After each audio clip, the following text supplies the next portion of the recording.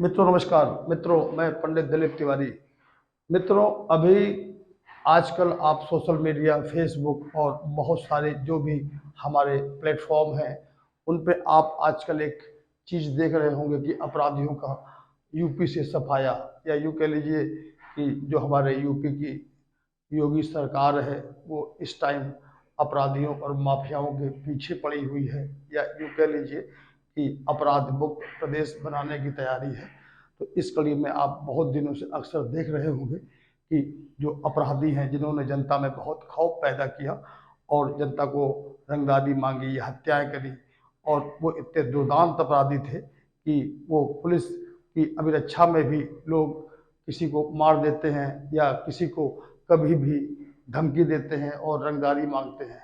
और ये क्रम आप बहुत सालों से देख रहे होंगे कि कुछ डाकू भी होते हैं, जो डाकू बहुत डाकुओं के नाम सुना होगा आपने, फूलन देवी, मान सिंह, पान सिंह, इस तरह के बहुत सारे डाकुओं को भी आपने नाम सुना होगा।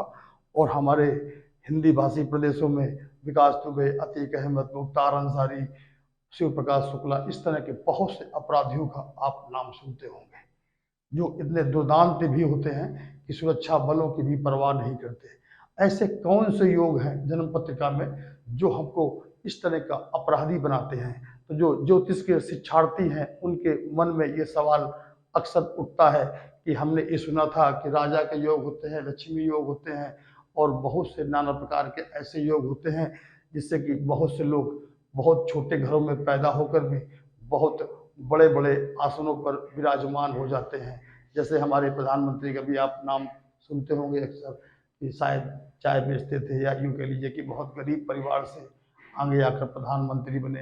लाल बहादुर शास्त्री का भी नाम सुनते होंगे आप, काफ़ी गरीब परिवार के थे, इसके बाद बहुत बड़े बड़े पदों पर सुशोभित रहे भारत सरकार में। तो मित्रों, जिज्ञासा शिक्षार्थियों की ये है, बहुत से लोगों ने सवाल पूछा कि ऐसे कौन से योग होते हैं जिससे कि आम जातक जो बचपन में यूँ के लिए बहुत सीधा होता है या बहुत सामान्य घर में जन्म लेता है और इसके बाद बहुत खतरनाक अपराधी बन जाता है। मित्रों, इस तरह के जो योग होते हैं कुंडली में, जो हम कहते हैं कि हम कुंडली में देखते हैं कि साहसिक होते हैं या दुर्दांत होते हैं, तो ये जो दो शब्द होते हैं, ऐसे कोई भी योग जो कि इस तरह के अपराधी बनाते हैं, और वही वाले योग आप ये मान लीजिए कि उनको पुलिस या सेना में बहुत बड़े बड़े अधिकारी भी बनाते हैं। बस कुछ पाप ग्रहों का प्रभाव हमारी जिंदगी को बदल देता है।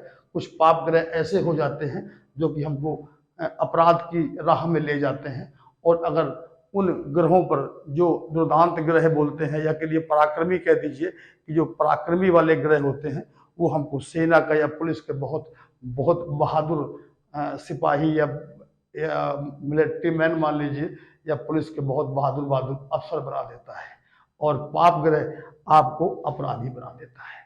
मित्रों, कुछ योग ऐसे होते हैं, मैं आपको अभी बताऊंगा, लेकिन सबसे पहले हमारा जो मन का कारक होता है उसको बोलते हैं चंद्रमा, और जो आत्मविश्वास होता है वो होता है सूर्य।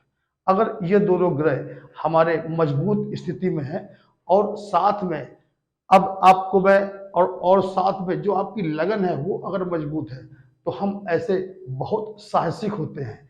और अगर इन ग्रहों पर किसी पाप की ग्रह की दृष्टि पड़ जाए, तो हम साहस में फिर पुलिस, सेना, इनका ध्यान नहीं रखते, और पैसे कमाने के लिए, या यूँ कह लीजिए कि हम जिसको कि हिंदी में एक शब्द बोलते हैं रंगबाजी करने का, तो इसकी वजह से हम क्या कहते हैं, इस गंदे कामों में पहुंच जाते हैं। और आपने देखा भी होगा कि ज़्यादातर जो भी अपराधी होते हैं वो लोगों को गोलियों से मारते हैं और हथियारों से मारते हैं, और उनकी मृत्यु भी ज़्यादातर गोलियों से ही होती है। मैं आपको कुछ योग बताने जा रहा हूँ आज। ये देखिए, जन्म पत्रिका में जो हमारे ज्योतिष के शिक्षार्थी हैं वो इनको देखें कि जो जन्म पत्रिका में ये जन्म पत्रिका होती है, ये तो पता ही है आपको। एक बहुत चर्चित योग है, उस योग का नाम है काहल योग। ये हमारी लगन हो गई। एक काहल योग होता है।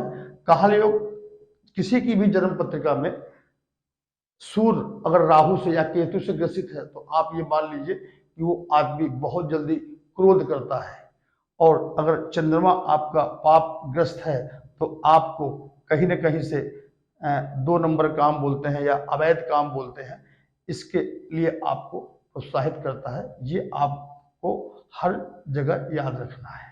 और अगर चंद्रमा आपका स्पष्ट है, सूर्य आपका स्पष्ट है, तो आप गलत कामों के लिए नहीं प्रेरित होंगे और आप समाज की मुख्य धारा से जुड़कर जो अपराधी हैं उनको मारने का प्रयास करेंगे। तात्पर्य कि वो लोग पुलिस की या मिलिट्री में भर्ती होकर ऐसे अराजक तत्वों का सफाया करते हैं। अब मैं काहल योग की बात कर रहा था। ये हमारा जो तीसरा घर होता है, ये फर्स्ट हाउस होता है, ये सेकंड हाउस, ये तीसरा घर होता है। इसको हम बोलते हैं पराक्रम का। अगर आपका तीसरा घर मजबूत नहीं है तो आप किसी भी तरह का पराक्रम नहीं कर सकते, नहीं दिखा सकते। वो पराक्रम केवल गुंडागर्दी या पुलिस की भर्ती के लिए या फौज की भर्ती के लिए ही नहीं, आप अगर खिलाड़ी भी हैं तो भी आपको पराक्रम अपना दिखाना पड़ेगा। आप कोई अच्छे फैसले लेते हैं, आप मजिस्ट्रेट हैं, आप जज हैं, या आप कोई ऐसे प्रशासनिक अधिकारी हैं जिसमें कि आपको फैसले लेने पड़ते हैं, उसके लिए भी पराक्रम का योग होता है। लेकिन विडंबना या दुर्भाग्य कहिए कि जितने भी अपराधी होते हैं, बड़े किस्म के अपराधी जिनका कि तूती बोलती है, या यूं कह लीजिए कि पुलिस की रडार पे हमेशा वो रहते हैं, वैसे अपराधियों को भी यही पराक्रम ही उनको इस तरह का अपराधी बनाता है।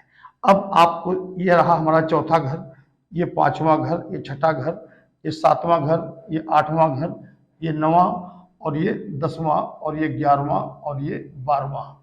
देखिए केंद्र में जो भी ग्रह होते हैं, ये जो ज्योतिष के विद्यार्थी उनको पता होगा, जो आप आम लोगों को शायद नहीं पता होगा। केंद्र में जो भी घर होते हैं और जिस घर से जो केंद्र में घर, जो केंद्र में ग्रह आ जाते हैं, वो हमारे बहुत ज्यादा प्रभावपूर्ण होते हैं। तो हम अपराधियों की बात कर रहे थे, तो जो 10वां घर होता है, ये हमारा कर्म क्षेत्र का होता है। अब मित्रों, ये हमारा रहा पराक्रम का। अब अगर इस घर में जो भी ग्रह बैठा है, जैसे कि तो हमने कुंडली बनाई थी मेष लगन की, इसमें मान लीजिए कि 3 नंबर हो गया। अब 3 नंबर से का 3 नंबर होती है मिथुन राशि, इसका मालिक होता है बुध। अब हम मान लेते हैं कुछ देर के लिए इसी कुंडली के अकॉर्डिंग, ये 10 नंबर हो गया, तो यहाँ मकर राशि पड़ी हुई है, इसका मालिक हुआ शनि। तो अब शनि और ये बुध, तो हम बताने के लिए आपको बता देते हैं, इसका मालिक बुध है, मैं लिख नहीं रहा हूं। बुध से आप ये मान लीजिए कि तीसरे का मालिक बुध है, इसका मालिक क्या कहते हैं, शनि है। इससे शनि केंद्र स्थानों में हो, मतलब कि 1, 4, 7 और 10म भाव में। तात्पर्य कि अगर बुध यहां से बुध और ये यहाँ का मालिक शनि हो गया, तो 1, 2, 3, 4 अगर यहां शनि बैठा होगा तो भी आदमी अपराधी होगा। यूं मान लीजिए आप 5, 6, 7 अगर शनि यहां बैठेगा तो भी आदमी अपराध के कार्यों में लिप्त होता है। 8, 9, 10 और यहां पर भी शनि बैठा होगा तो भी व्यक्ति अपराध के कार्यों में लिप्त होगा। और पराक्रम और बुध जो कि यहाँ बैठा था, या फिर शनि यहाँ बैठा हो, तो व्यक्ति अपराध के कार्यों में बहुत तगड़े से लिप्त होगा। अब हम इसकी बात करते हैं शनि से। अब हम मान लेते हैं कि शनि मान लीजिए आपका, ये शनि मैं हटाता हूं समझाने के लिए, ये तो मैंने आपको समझाया ऐसे। अब मान लेते हैं कि इस कुंडली में शनि यहां बैठा है। अब शनि से जो बुध होगा वो 1, 4, 7 और 10 जो केंद्र के भाव होते हैं उस पर बैठा होगा, तो व्यक्ति अपराधी होगा। अब एक शनि से गिनेंगे बुध को, तो हम मान लेते हैं कि अगर बुध यहाँ बैठा होगा तो भी व्यक्ति अपराधी होगा।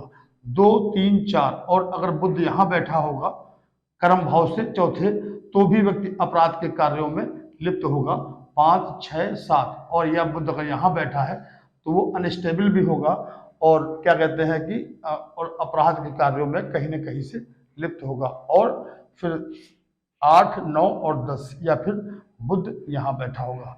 आप समझ गए होंगे मैं क्या बताना चाह रहा हूँ कि पराक्रम और कर्म भाव से, पराक्रम से कर्म भाव का जो भी मालिक बनेगा, ये कुंडली बदल सकती है, जो भी मालिक बनेगा वो अगर पराक्रम वाले ग्रह के स्वामी से 1, 4, 7 और 10 बनेगा, इसको बोलते हैं काहल योग। ये ज़्यादातर अपराधियों में, डाकू में इस तरह के योग हमको देखने को मिले हैं। और लेकिन अब साथ साथ कौन किस स्तर का अपराधी होगा, अपराधी छोटे मोटे भी होते हैं, पॉकेट मार होते हैं, थोड़ा मोड़ा किसी को, गरीब आदमी को लूट लिया, इस तरह के भी होते हैं। अब ये होता है कि जो ये इस घर का जो मालिक है, जैसे कि इस कुंडली में आपने देखा कि बुध है, तो चलिए हम आपको समझाने के लिए थोड़ा सा अलग योग बताते हैं। हम नंबर बदल देते हैं, आप थोड़ा सा इस तरह का समझिएगा।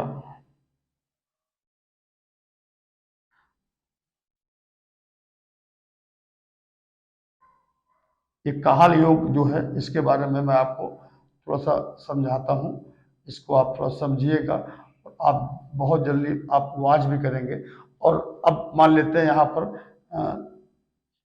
3 नंबर की लगन थी, मिथुन लगन थी, 4, 5, 6, 7, 8, 9, 10, 11, 12,